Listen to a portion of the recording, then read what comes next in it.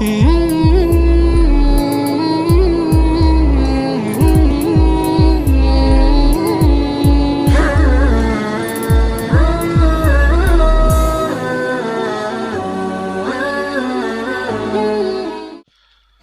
باللہ من الشیطان الرجیم بسم اللہ الرحمن الرحیم وَلَقَدْ أَرْسَلْنَا مِن قَبْلِكَ فِي شِيَعِ الْأَوَّلِينَ وَمَا يَأْتِيهِم مِّن رَّسُولٍ إِلَّا كَانُوا بِهِ يَسْتَهْزِئُونَ كَذَلِكَ نَسْلُكُهُ فِي قُلُوبِ الْمُجْرِمِينَ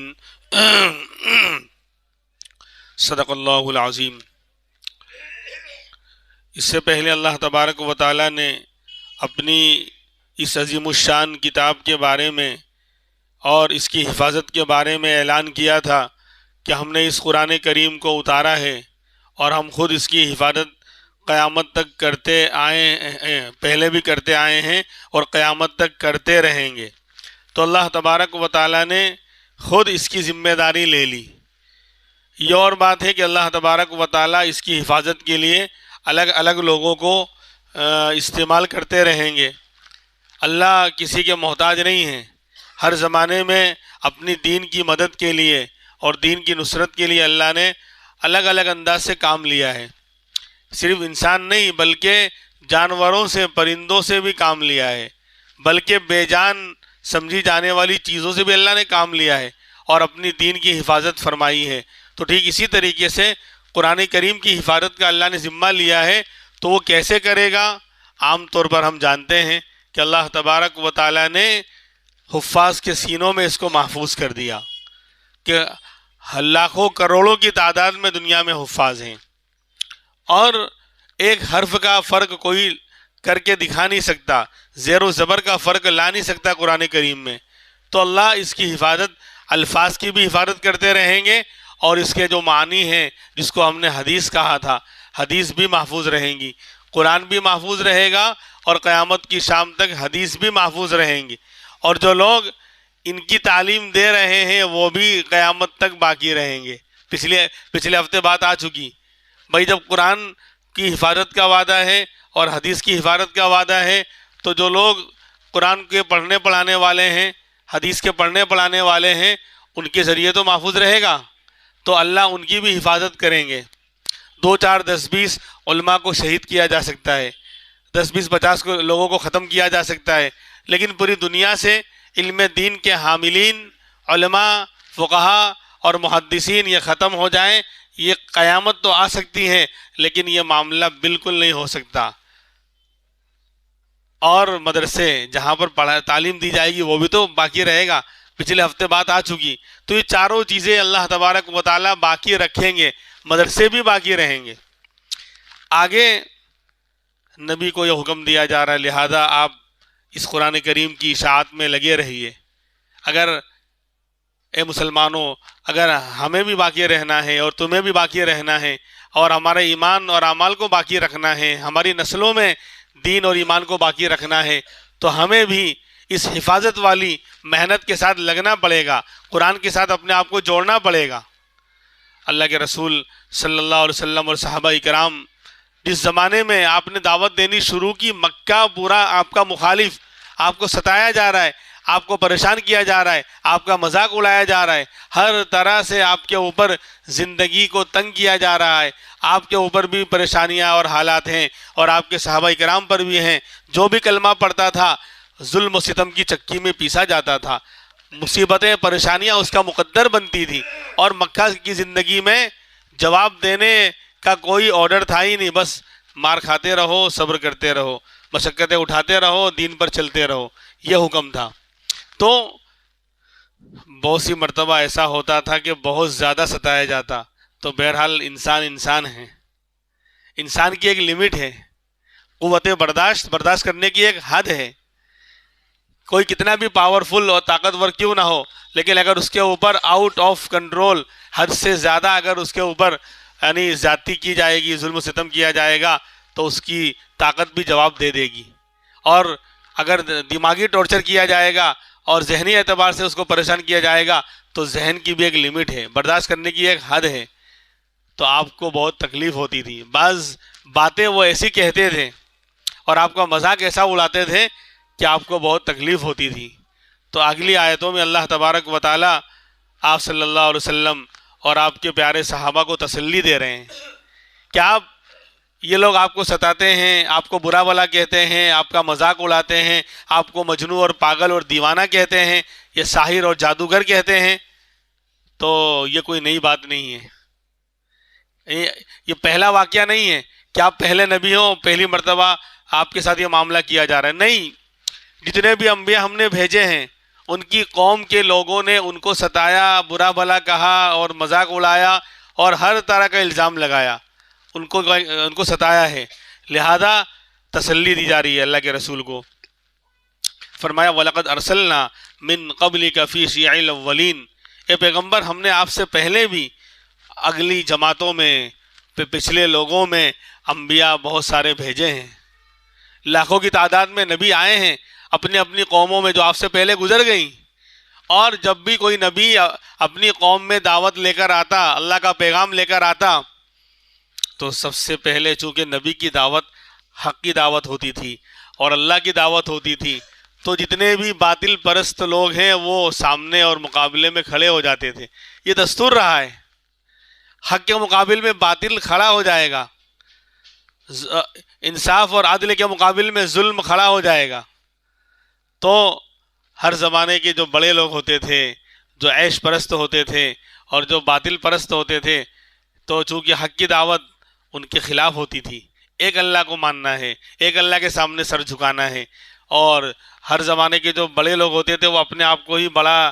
یعنی جانتے تھے اور یہ چاہتے تھے کہ لوگ ہمارے سامنے جھکیں، ہماری بات مانیں، ہماری سرداری باقی رہے، اور توحید کا پیغام، اللہ کو ایک ماننے کا پیغام، یہ ان دنیاوی عیش و عشرت اور بڑے لوگوں کی چاہت کے بالکل خلاف، یہ من مانی کرنا چاہتے ہیں، یہ اپنی چاہت پہ چلنا چاہتے ہیں، اور دین کا پیغام اللہ کی چاہت پہ چلانے کے لیے آیا ہے، تو ہمیشہ ٹکراؤ رہا، اور ہمیشہ ان بڑوں نے نبی کو ستایا، برا بھلا کہا اور الزام لگایا، اور ہر طرح کا الزام لگایا، تو لہذا فرماتے ہیں نبی وَلَقَدْ أَرْسَلْنَا مِن قَبْلِكَ، ہم نے آپ سے پہلے بھی بے شمار انبیاء کو بھیجا ہے، فی شیع الاولین، اگلی جماعتوں میں، شیعون شیعاتن کی جمع، شیعہ جو یہ فرقہ نکلا ہے نا، اس کے اصل معنی جماعت کے آتے ہیں، یعنی محبت میں حد سے آگے بڑھنے والی جماعت۔ حضرت علی رضی اللہ عنہ کے دور سے یہ فتنے شروع ہوئے، شیعہ ہوں کہ خوارج ہوں، یعنی ایک جماعت حضرت علی اور اہل بیت سے محبت میں غلو کرنے لگی، محبت میں اتنا آگے بڑھی کہ حق سے ہٹ گئی، اور خوارج دشمنی میں اتنا آگے بڑھے کہ حق سے ہٹ گئے، تو حضرت علی کے زمانے میں ہی یہ دو فرقے شیعہ بھی پیدا ہوئے، تو شیعہ جماعت اور فرقے کو کہا جاتا ہے۔ تو اگلی فرقوں میں، اگلی جماعتوں میں آپ سے پہلے بے شمار انبیاء آ چکے ہیں، اور ہر نبی کو ستایا گیا، تکلیف پہنچائی گئی، لہذا آپ ٹینشن نہ لیں، آپ تسلی رکھیں۔ فرمایا وَمَا يَأْتِيهِم مِّن رَّسُولٍ إِلَّا كَانُوا بِهِ يَسْتَهْزِئُونَ، اور نہیں آتا ان کے پاس کوئی رسول مگر اس کا استہزاء کرتے تھے، مذاق اڑاتے تھے، نبی کا مذاق اڑایا گیا، ان کو ستایا گیا، تو ہر نبی کے ساتھ یہ معاملہ ہوا ہے، اور فرماتے ہیں ایسا کیوں ہوا؟ كَذَلِكَ نَسْلُكُهُ فِي قُلُوبِ الْمُجْرِمِينَ، اسی طرح کی بات ہم نے مجرمین کے دلوں میں جما دی ہے، جو مجرم ہیں، ظالم ہیں اور حق کے خلاف کھڑے ہوتے ہیں، جب ان سے کچھ بنتا نہیں، سامنے نبی کی دعوت حق کی دعوت ہے، ان کے پاس دلیل ہے، نشانی ہے، سب کچھ ہے، تو وہ دلائل کی روشنی میں بات کرتے ہیں، تو جب فریق مخالف کو جو باطل ہے اس کو کوئی جواب نہیں بن پڑتا، تو یہی مذاق اڑانا ان کے دل میں بیٹھ چکا ہے۔ ہم نے یہی مذاق اڑانے کی بات ہر مجرم کے دلوں میں بٹھا دی ہے، جب اس سے یعنی بولتے ہیں نا کھسیانی بلی کھمبا نوچے، کھسیانی بلی کھمبا نوچے، سامنے جو آئے اسی کو پکڑ کے دبوچے، ستایا کسی اور نے تھا، چھیڑا کسی اور نے تھا، لیکن اب وہ کھسیائی ہوئی ہے تو کھمبے کو نوچ رہی ہے، یہ سامنے جو آ رہا ہے اسی کو کاٹ رہی ہے، مارنے والا کوئی اور ہے۔ تو ایسے ہی جب ان سے کوئی جواب بن نہیں پڑتا تھا، نبی کی دعوت سچی ہے، دلیل کی روشنی میں اور معجزے کے ساتھ وہ بات کر رہے ہیں، تو اب کوئی جواب نہیں بن پڑ رہا ہے، تو اب جو ہے مذاق اڑاؤ، مذاق اڑاؤ۔ تو فرمایا کہ اسی طرح مذاق اڑانے کو ہم نے ہر مجرم کے دل میں یہ بات جما دی ہے، وہ یہی کریں گے، وہ یہی کریں گے۔ دلائل کی روشنی میں حق کے سامنے باطل کبھی ٹکر لے نہیں پائے گا، یا تو طاقت کے نشے میں یا کرسی اور حکومت کے نشے میں جو ہے ظلم کرے گا، آگے آئے گا، ورنہ باطل کی طاقت نہیں ہے کہ حق کے مقابل میں دلیل کے ساتھ کھڑا ہو سکے، یعنی دلیل کی روشنی میں جواب دے سکے باطل حق کو، بلکہ حق جو ہے وہ غالب ہوتا جائے گا، وہ چھاتا جائے گا۔ اور باطل جب بھی حق کے مقابلے میں آئے گا تو آپ دیکھ لیں ہر زمانے میں یہ بات ہے کہ اس کو مال کا سہارا ہوگا، سپورٹ ہوگا، یا حکومت کا سپورٹ ہوگا، یا کسی بڑی جماعت کا سپورٹ ہوگا۔ اکیلے باطل اپنی طاقت اور اپنے بل بوتے پر حق کے مقابل میں میدان میں آ ہی نہیں سکتا۔ دیکھ رہے ہیں آپ حق فلسطینیوں کا حال، آپ دیکھ رہے ہیں عجیب و غریب۔ قرآن کریم کے اندر پہلا نمبر لانے والا الجزائری طالب علم، کل پرسوں ہی میں نے دیکھا، الجزائر جو عرب کنٹری ہے، وہاں کا ایک اسٹوڈنٹ جو حافظ قرآن تھا اور حفاظ کے اندر مسابقہ اور مقابلہ ہوا، اس کمپٹیشن میں اس کا پہلا نمبر آیا اور اس کو 2.5 کروڑ انعام ملا۔ 250 2,500 یا 2.5 لاکھ نہیں، جذبہ دیکھو۔ دین ہمارے جیسے فسفسے لوگوں سے نہیں چل رہا۔ یہ اللہ کا شکر ہے، غنیمت ہے کہ اللہ نے ہمیں قبول کر رکھا ہے۔ ان چیزوں کو غنیمت سمجھنا چاہیے۔ یہاں جو قرآن کریم اللہ کی کتاب کھلی ہوئی ہے، جو بول رہا ہے وہ بھی محتاج ہے، جو سننے وہ بھی محتاج ہیں۔ یہ اللہ نے موقع دیا، یہ چانس دیا ہے کہ آرام سے ایسے گئے گزرے زمانے میں بھی ہم اللہ کے گھر میں آ کر قرآن کو ڈائریکٹ لائیو سن سکتے ہیں کہ قرآن ہم سے کیا کہہ رہا ہے اور کتنی تفصیل سے ہو رہا ہے۔ شاید اتنی تفصیل سے جو ہے تفسیر کہیں نہیں ہوتی۔ 15واں سال چل رہا ہے، ابھی 14واں پارہ شروع ہوا ہے۔ بلکہ آج ہمارے کچھ ساتھیوں نے پوچھا کہ مفتی صاحب تفسیر کہاں تک پہنچی؟ بولے ختم ہو گئی، 2 مرتبہ ختم ہو گئی ہوگی۔ لیکن نہیں، ابھی 14واں پارہ چل رہا ہے، 14واں پارہ چل رہا ہے۔ تو کہا اتنی تفصیل سے کیوں کرتے ہیں؟ میں نے کہا تفصیل تو میں کرتا ہی نہیں ہوں۔ اگر جس طرح ہم لوگ درس دیتے ہیں، اسٹوڈنٹ ہمارے جو پڑھتے ہیں، اگر اس طرح ہم بیان کرنے جائیں تو سب اٹھ کے چلے آئیں گے، بولے پتہ نہیں کیا بیان کر رہا ہے یہ۔ اگر یہ الفاظ کو ہم گرامر کے انداز میں سمجھانے لگ جاؤں، اس کا معنی یہ ہوتا ہے، یہ گرامر یہ ہوتا ہے، اور یوں مسئلہ نکل رہا ہے اور یہ نکل رہا ہے، تو بولیں گے بھائی چلو اپنا کام نہیں ہے۔ میں نے کہا میں جو عام باتیں ہوتی ہیں وہی بیان کرتا ہوں، عام باتیں ہوتی ہیں وہی بیان کرتا ہوں۔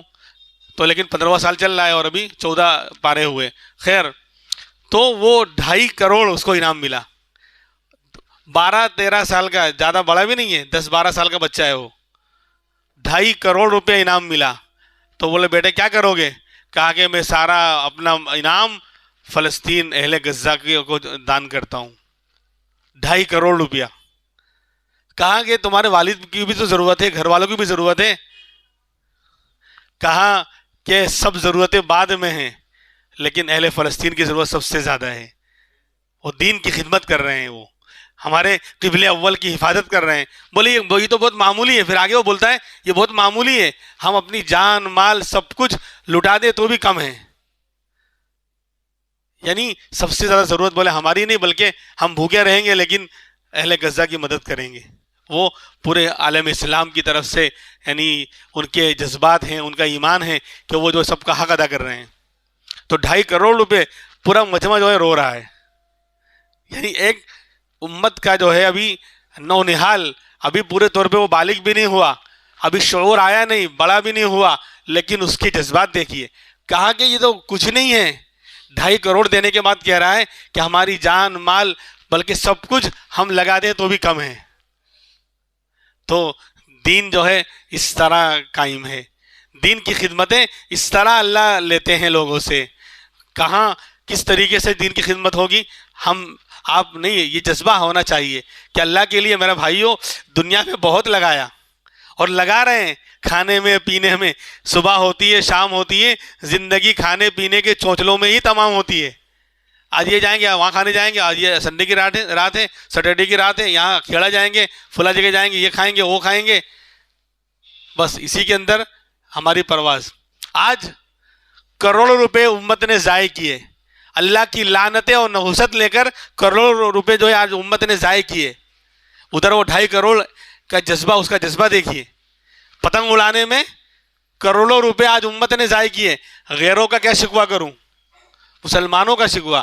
ارے کچھ نہیں کر سکتے نیک اعمال، کم سے کم گستاخی کرنے والے، میرے نبی کی شان میں گستاخی کرنے والوں کا یہ تہوار تو نہ مناتے، اسی پیسے کو بچا کے رکھتے. میں نے جمعہ میں کہا تھا نا کہ ایک مرتبہ تہوار نہیں مناتے، ایک کالج ہمارا شاندار تیار ہو جائے گا، ہماری اپنی یعنی ہمارے اپنے ماحول میں تیار ہو جائے گا. ایک شاندار ہاسپٹل تیار ہو جائے گا.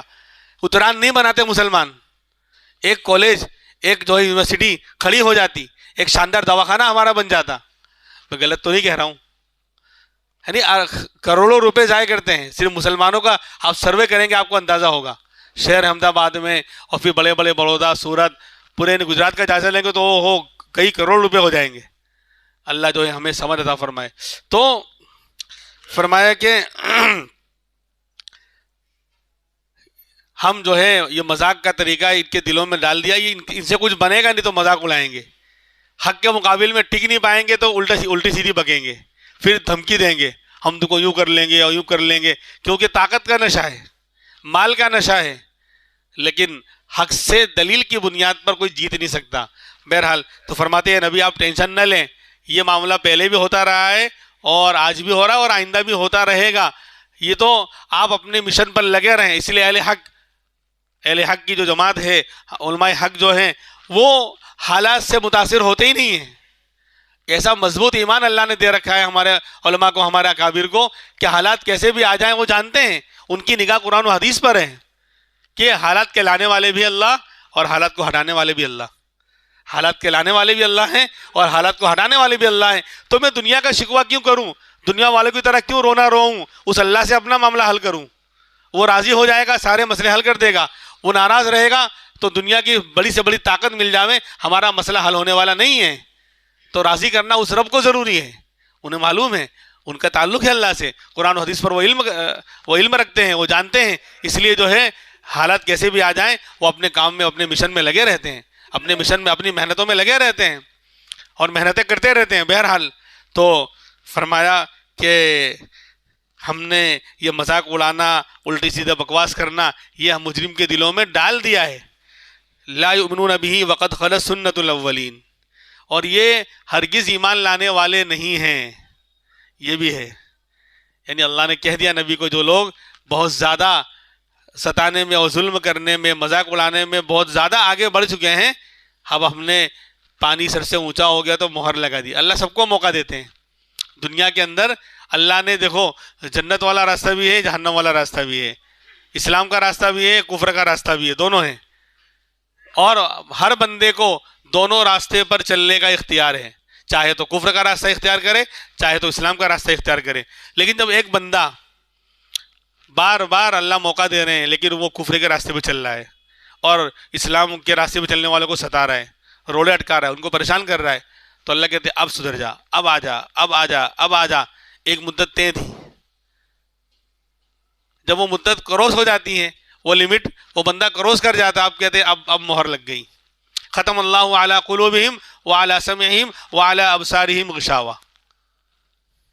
یہ ابو جہل، ابو لہب، عتبہ، شیبہ وغیرہ، ان بڑے بڑے ان الذین کفروا سواء علیہم انذرتہم ام لم تنذرہم لا یؤمنون، کہ یہ جو بڑے بڑے کافر ہیں نا، آپ ان کو ڈرائیں کہ نہ ڈرائیں، ان کو سمجھائیں کہ نہ سمجھائیں، سب برابر ہیں. یہ لوگ ایمان لانے والے نہیں ہیں. اب ہم نے ختم اللہ علی قلوبہم، اب اللہ نے ان کے دلوں پر مہر بچ لگا دی، جیسے کہ ڈھکن بند کر دیا تو اندر جو کفر بھرا ہوا ہے وہ باہر نکلے گا نہیں، اور باہر کا حق اور اچھا اندر جائے گا نہیں، تو اندر ہی سب سڑ جائیں گے.